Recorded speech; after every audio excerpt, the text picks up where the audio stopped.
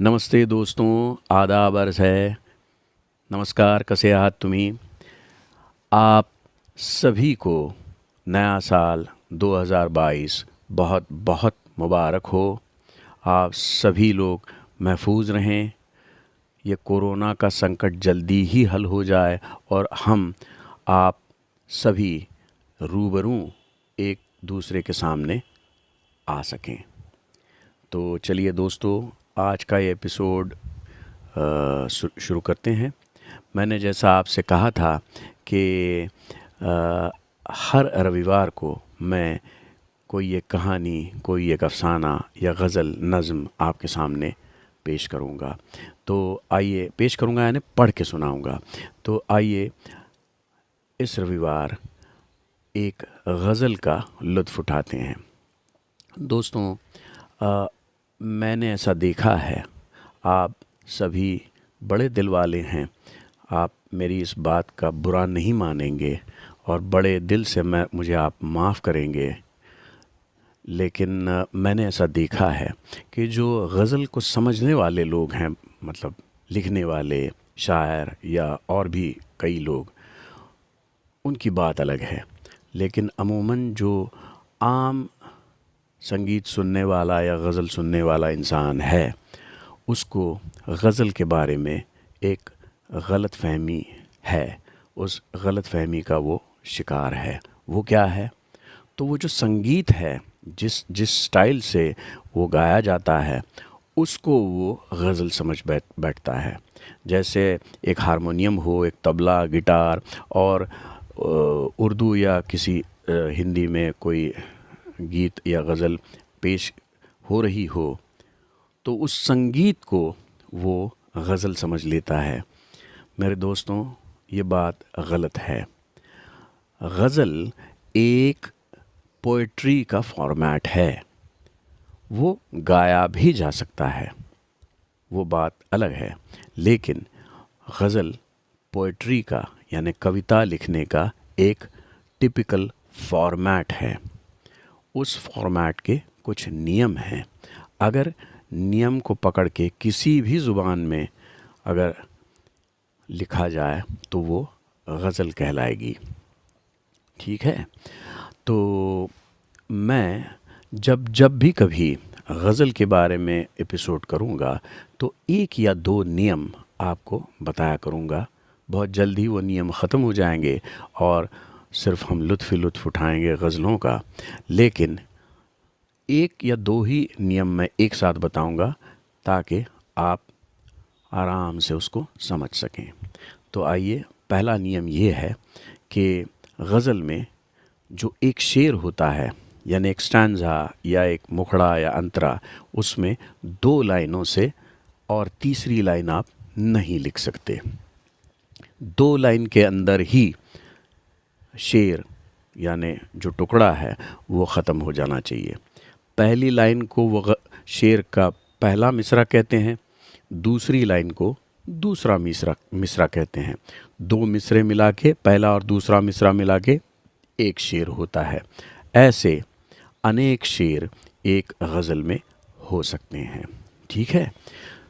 इतनी बात हम लोग ये करते हैं। और सबसे इम्पॉर्टेंट जो बात है वो कि ये जो एक एक लाइन है वो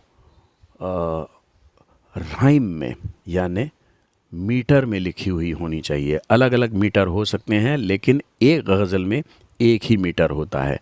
दूसरे किसी गज़ल में मीटर दूसरा हो सकता है, लेकिन एक बार एक मीटर आपने पकड़ लिया तो सारी की सारी गज़ल उसी मीटर में आपको लिखनी है। ठीक है सर? तो आइए, आज हम अहमद फराज साहब की एक बड़ी मशहूर गज़ल, जिसको मेहदी हसन ख़ान साहब ने गाकर बड़ा मशहूर कर दिया, रंजिश ही सही, सुनते हैं और उसका लुत्फ़ उठाते हैं। रंजिश ही सही, दिल ही दुखाने के लिए आ। वो किरदार कह रहा है अपने बिलवेड से कि मेरे लिए तेरे दिल के अंदर रंजिश ही सही, यानी कड़वाहट ही सही। अब तो हम जुदा हो चुके हैं, तुम मुझसे दूर निकल गई हो, तुम्हारे मन में मेरे लिए रंजिश है, फिर भी रंजिश ही सही, अब तुम आओगी तो मेरा दिल ज़रूर दुखाओगी, फिर भी दिल ही दुखाने के लिए आ, लेकिन आ फिर से मुझे छोड़ के जाने के लिए आ। तुम आओगी तो छोड़ के तो ज़रूर जाओगी, मेरा दिल दुखाओगी, लेकिन जाने के लिए कम से कम तुमको आना पड़ेगा। तुम आओ, रंजिश ही सही, दिल ही दुखाने के लिए आ फिर से मुझे छोड़ के जाने के लिए आ। अब इसको बहर में कैसा पढ़ेंगे? देखिए, रंजिश ही सही, दिल ही दुखाने के लिए आ, रंजिश ही सही, दिल ही दुखाने के लिए आ फिर से मुझे छोड़ के जाने के लिए आ। ये मीटर नहीं टूटना चाहिए, लेकिन इसके आगे मैं मीटर पे ज़्यादा तवज्जो नहीं दूंगा, गज़ल के मानी पे यानी मीनिंग पे ज़्यादा फोकस रहेगा।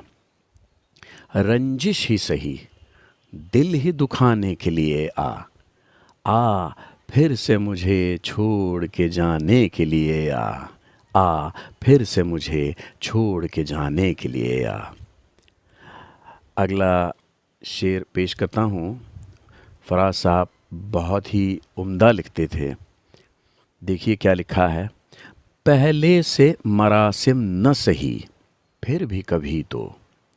मरासिम यानी बहुत नज़दीकी रिश्ता, बहुत नज़दीकी यारी।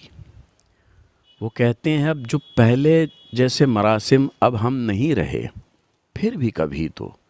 पहले से मरासिम न सही, फिर भी कभी तो रस्मों रहे दुनिया ही निभाने के लिए आ। इस दुनिया की जो रीत है उसको निभाने के लिए ही कम से कम तुम आओ।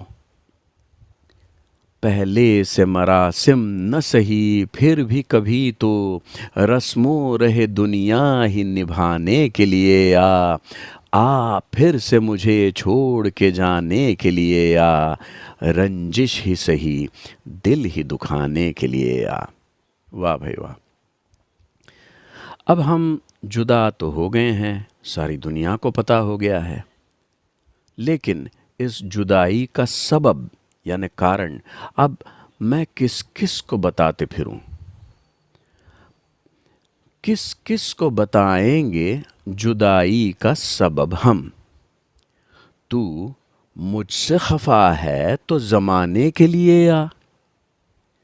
किस किस को बताएंगे जुदाई का सबब हम? तू मुझसे खफा है तो ज़माने के लिए आ। रंजिश ही सही, दिल ही दुखाने के लिए आ फिर से मुझे छोड़ के जाने के लिए आ।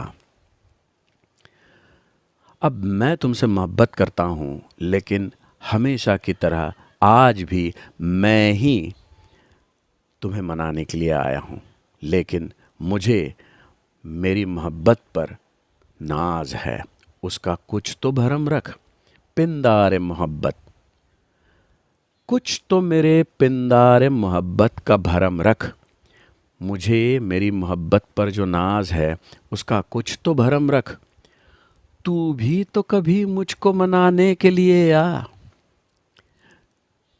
कुछ तो मेरे पिंदारे मोहब्बत का भरम रख। तू भी तो कभी मुझको मनाने के लिए आ फिर से मुझे छोड़ के जाने के लिए आ।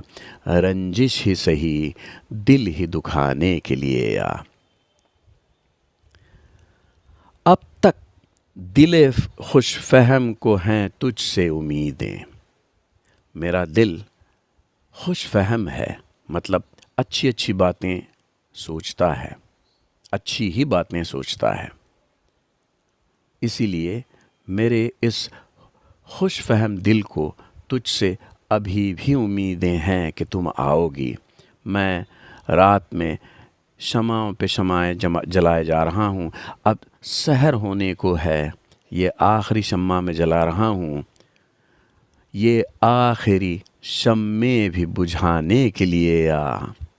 अब तक दिले खुश फहम को हैं तुझसे उम्मीदें, ये आखिरी शम्मे भी बुझाने के लिए आ फिर से मुझे छोड़ के जाने के लिए आ, रंजिश ही सही दिल ही दुखाने के लिए आ। दोस्तों, ऐसा है कि आदमी जब भी दुखी होता है या बहुत खुश होता है तो वो रोने लगता है। रोना एक ऐसी चीज़ है जिससे मन हल्का हो जाता है। लेकिन मैं हूँ, वो कह रहा है कि मैं हूँ जो एक उम्र से इस रोने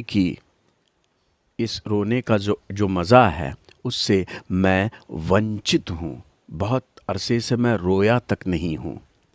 तो उसे कहते हैं लज़्ज़ते गिरियाँ, मतलब रोने की खुशी, और महरूम होना मतलब उससे वंचित रह जाना। एक उम्र से हूँ लज़्ज़ते गिरियाँ से भी महरूम, एक उम्र से हूँ लज़्ज़ते गिरियाँ से भी महरूम, ऐ राहते जान, मेरी जान की राहत मुझको रुलाने के लिए आ।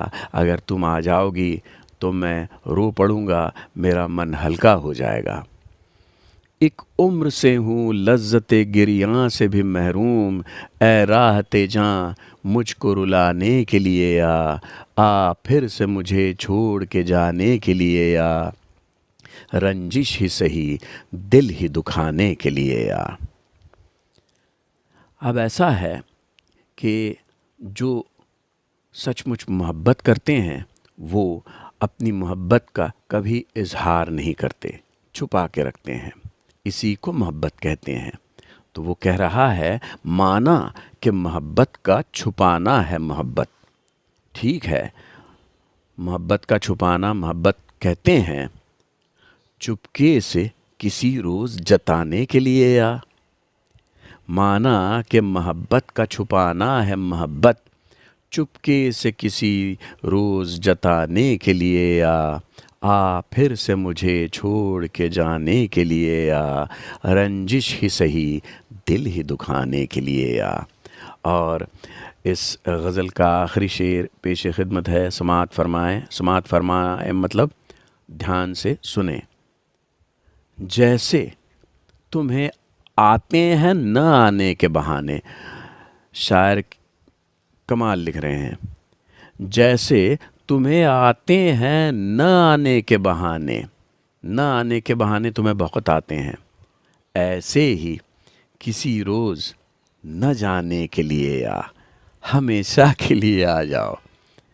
जैसे तुम्हें आते हैं न आने के बहाने, ऐसे ही किसी रोज़ न जाने के लिए आ फिर से मुझे छोड़ के जाने के लिए आ, रंजिश ही सही दिल ही दुखाने के लिए आ। शुक्रिया दोस्तों। अगर ये मैं जो पढ़ के सुना रहा हूँ आपको, ये सारी गज़लें हो या कहानियाँ हों, अफ़साने हों, आपको अगर पसंद आ रहे हों तो मेरी इस YouTube चैनल को आप ज़रूर सब्सक्राइब करें, बेल आइकन ज़रूर दबाएं और अपने दोस्तों से भी ये लिंक जो है वो साझा करें ताकि वो लोग भी इस सारी मैं जो बातें सुना रहा हूँ उनका लुत्फ़ उठा सकें। Thank you very much. मिलते हैं अगले रविवार को।